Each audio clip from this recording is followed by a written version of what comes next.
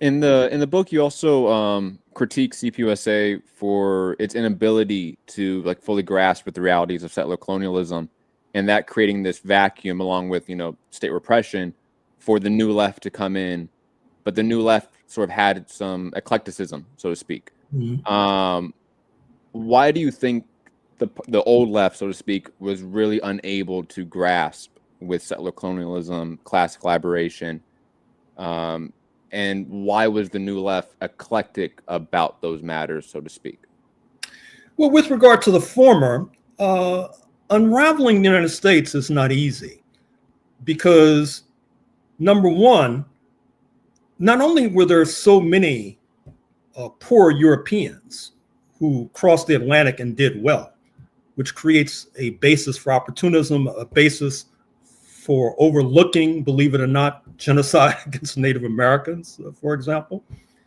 In my Texas book, I tell a story of how the Cherokees, who once controlled the southeast quadrant of North America, the state of Georgia and North Carolina, for example, that they sought to assimilate, including Christianity, including sedentary agriculture, including enslaving Africans. But they still had to go, oftentimes swept out of their mansions, and with Europeans, poor Europeans, oftentimes moving into their mansions, just sweeping the floor and taking over. And then, of course, after the US Civil War, you have the construction of these land grant universities that are still with us, particularly in the Midwest, where the sons and daughters of settlers were able to get education. The sons and daughters of settlers were the professors and the administrative staff. My ancestors were not allowed. And I think that those sorts of emoluments create a material basis for a certain kind of opportunism, for example. And then there's the further problem, which I mentioned in another interview the other day, which is that we depend upon various comrades in various nations to give their analysis of the history of their country. So therefore, understandably, we depend upon the Cubans to give us an analysis of the Cuban Revolution, the importance of 1959, et cetera. And I think that many in the international community were dependent upon US analyses for analyses of the United States of America. But the problem was that the analyses of the United States of America, in my opinion, were not altogether penetrating. And so it reminds me of Vice President Dick Cheney during the Iraq War when he was vice president. So he would feed misinformation to journalists, say, for example, Judith Miller of the New York Times, about Iraq's capabilities. And then he'd go on the Sunday talk shows and say, well, as the New York Times said, and then he's basically quoting misinformation that he fed to a journalist. And so it's been difficult because many of the revolutionary forces, they depend upon the US analysis and then their respective revolutionaries. And then people in the United States say, oh, okay, revolutionaries abroad are echoing our line, so there must be something to it. But one does not have to be a historian to question basic fundamentals. For example, in 1776, there were thousands of enslaved Africans, mostly alongst the eastern seaboard of North America.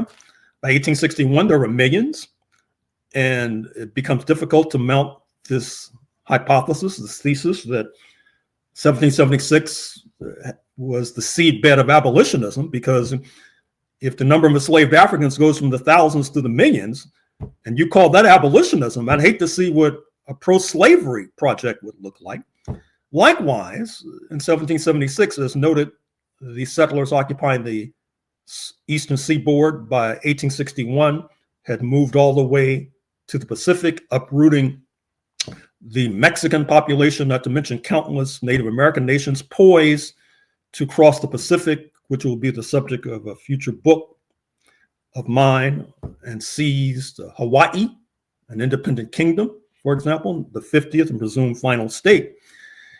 And so the United States is not an easy puzzle to solve. So I'm sympathetic to those who were not able to solve it. And then the same hobgoblins that hobbled what you call the old left were similarly afflicting the new left. That is to say, the legacy of misinterpretation of the history, which then involves the inability or difficulty in grappling with right opportunism and left sectarianism, with the new left oftentimes ensnared by the latter more than the former, and some of the communist comrades more ensnared by right opportunism than left opportunism or left sectarianism. So I'm sure some of your listeners may say, "Who is this guy?" You know, he's making all these pronouncements, which is a fair assertion. But all I ask is that you look at the evidence, quite frankly, and that you ask yourself the fundamental question, which is, after all we know about 2016 to 2021, culminating on January 6, 2021, with an armed insurrection, and the fact that the Tangerine Tyrant is able to return to office in January 2025, 75 million votes accumulated. I mean, the international community demands answers. So you can quibble with Gerald Horne, fair enough, but provide some answers as to how we have found ourselves in this pickle. Please give me some answers. I'm willing to yield if I hear better answers.